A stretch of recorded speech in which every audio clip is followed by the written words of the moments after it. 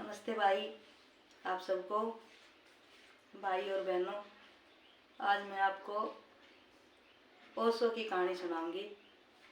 मैंने वो सुनी और वो ऐसी इतनी अच्छी कहानी है कि मैंने उसको 2-3 बार सुना। तो मैं सोची क्यों ना आप सबको भी वो कहानी सुनाऊं। हालांकि मेरे को उनके जैसी तो बतानी नहीं आएगी, ओशो की तो बात ही अलग है, आपको पता है, लेकिन फिर भी कोशिश करूंगी। तो और ये कहानी है एक चमार की। तो वो सुबह भाई हर रोज की तरह सुबह उठा, तो उसके पास एक छोटा सा अपने घर के पीछे साग सब्जी बोने का एक वो बना रखा था, और एक तलैया थी उसके पास, उस चमार के पास, और उसका नाम था सुदास। सुदास नाम था उसका। तो तलैया में जैसे भाई चमारन कौन पानी पीने दिया कर, तो कोई पानी भी नहीं पीने देता था, तो वो अपनी तलैया से ही पानी लेके पिया करता।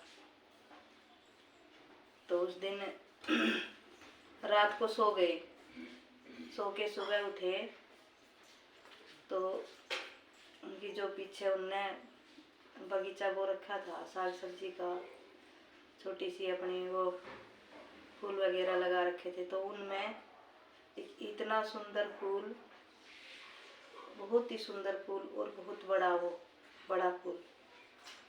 तो जब सुदास ने देखा कि ये क्या हुआ, कोई इस फूल का मौसम भी नहीं है, कोई रात को कली भी ना थी, तो ये इतना बड़ा फूल कैसे हुआ। उसने अपनी पत्नी को आवाज लगाई कि देखना, ये इतना बड़ा फूल, इतना सुंदर फूल, रात तक तो ये ना था, इतनी जल्दी कहाँ से आ गया। तो उसकी पत्नी बोली कि शायद यहाँ से बुद्ध गुजरे होंगे।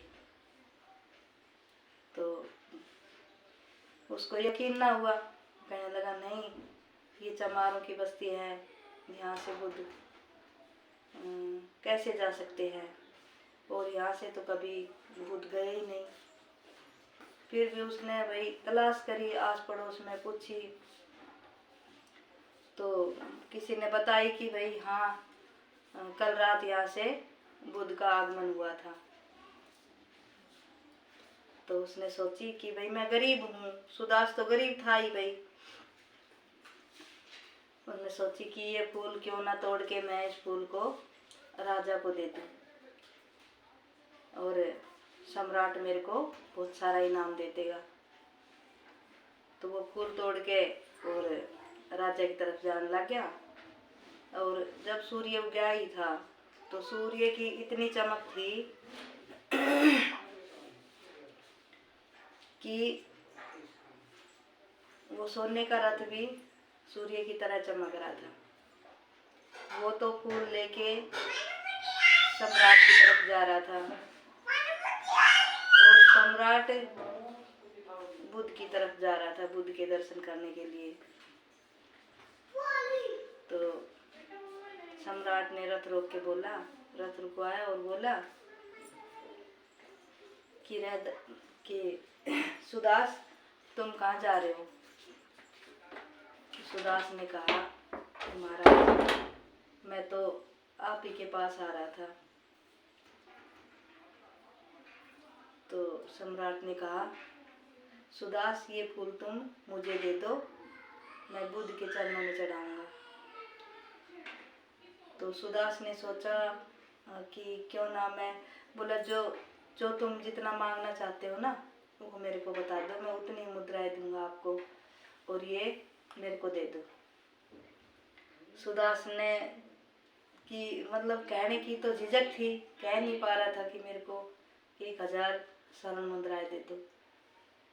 तो सुदास तो मन में ही सोच रहा था, बोल ही नहीं पाया। इतनी देर में पीछे से दूसरा रथ आके रुका। और वो दूसरा रथ था वजीर का। वजीर कहने लगा कि सुदास ये फूल तो मुझे दे दो और मैं बुद्ध के चरणों में चढ़ाऊंगा। सम्राट तो वैसे ही दर्शन करने के लिए जा रहे हैं, सम्राट के मन में इतना वो नहीं है, और मैं तो बुद्ध को दिल से चाहता हूँ, तो मैं तुम्हें 2000 स्वर्ण मुद्राएं दे दूंगा और ये फूल तो मुझे दे दे। तो सुदास ने सोचा कि भाई ये 2000 दे रहा है। बस वो मन में सोच ही रहा था कि 1000 से तो ज़्यादा ये 2000 मिल रही है मेरे को, ऐसा इस फूल में क्या है। इतनी देर में नगर सेठ का रथ आके रुक गया। नगर सेठ कहने लगा कि सुदास ये फूल तू मेरे को दे दे और मैं तेरे को इस फूल के बदले 1,00,000 स्वर्ण मुद्राएं दूंगा।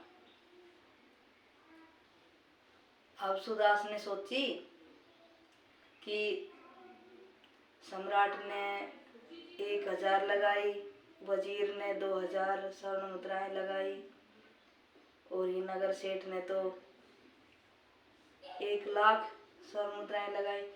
और नगर सेठ के पास तो इतना धन होता था कि उनको तो गिनने का तो टाइम नहीं मिलता था। वो तो फावड़ाते तसला में टोकरिया में भर भर के जब मुद्राएं डाला करता है, उनके पास तो इतना धन होता था। नगर सेठ के पास तो बहुत ज़्यादा धन होता था। बोला कि मैं आपको 1,00,000, और बोला अगर 1,00,000 में भी तेरे को कम लग रहे हैं तो मैं तेरे को 2,00,000 स्वर्ण मुद्राएं दूंगा। अब सुदास ने सोची कि ये जब मेरे को 1,00,000 2,00,000 स्वर्ण मुद्राएं देने को तैयार है तो इसका मतलब तो ये फूल बहुत ही कीमती है, तो मेरा इतना गुजारा तो हो ही जाता है जो मैं अपने रोज की कमाई रोजी रोटी करता हूँ, तो क्यों ना ये फूल मैं ही चढ़ा दूँ बुद्ध के चरणों में। जब ये इतनी स्वर्ण मुद्राएं देने को तैयार हैं सिर्फ एक फूल को बुद्ध के चरणों में चढ़ाने के लिए, तो क्यों ना मैं चढ़ा दूँ इसको। सुदास ने उनसे कहा कि ये फूल मैंने बेचना ही नहीं है। तो वे तीनों बोले एक साथ। बोले क्यों? बोले ना, जो ये फूल तुम चढ़ाने जा रहे थे वही फूल मैं खुद चढ़ाऊंगा। कोई ना, मैं गरीब हूँ तो क्या हूँ, मैं गरीबी में जी लूँगा, अपने गरीबी में अपने बच्चों को पाल लूँगा, लेकिन इस फूल चढ़ाने का तो मैं खुद ही काम करूँगा, मैं खुद फूल चढ़ाऊँगा बुद्ध के चरणों में। तो वो लेके फूल चल दिया और फिर बुद्ध के चरणों में चढ़ा दिया। तो बुद्ध ने कहा कि आज सुदास ने वो काम किया है जो ये तीन सम्राट नहीं कर पाए, मतलब सम्राट भी, वजीर भी और नगर सेठ भी। इतना पुण्य का काम आज सुदास ने किया है और ये काम आज इसने बहुत ही बढ़िया काम किया है भाई। नहीं तो गरीब आदमी तो नहीं सोच जाए, वो लालच की मारी छोड़ा के काटे हुए फूल न चढ़ा के तो इतना पैसा मिल रहा सी न बेच ही दे, तेरा घर को गुजार हो जाए, वो तेरी गरीबी निकल जाएगी, ऐसे सोच के। लेकिन भाई उस सुदास ने इतना पुण्य का काम किया और फिर बुद्ध ने क्या किया, बुद्ध ने सुदास को ऐसा आशीर्वाद दिया कि सुदास ने फूल भी चढ़ाया और उसने अपने आप को भी बुद्ध के चरणों में चढ़ा दिया और खुद भिक्षु बन गया। तो ये है बुद्ध की शक्ति। बुद्ध किसी को लड़ना नहीं सिखाते, सबको एक साथ प्यार से रहना और सद्बुद्धि देते हैं। और जो भी बुद्ध के चरणों में जाता है वो ये समझ लो कि जो भेदभाव होता है जो एक दूसरे के प्रति, ये सब बुद्ध के चरणों में जाने के बाद समाप्त हो जाते हैं। तो इन्हें बुद्ध कहते हैं। तो भाई, जो बुद्ध की कहानी आपको कैसी लगी?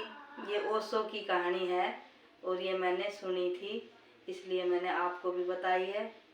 आप इसको पूरी सुनना और कमेंट करके बताना कैसी है।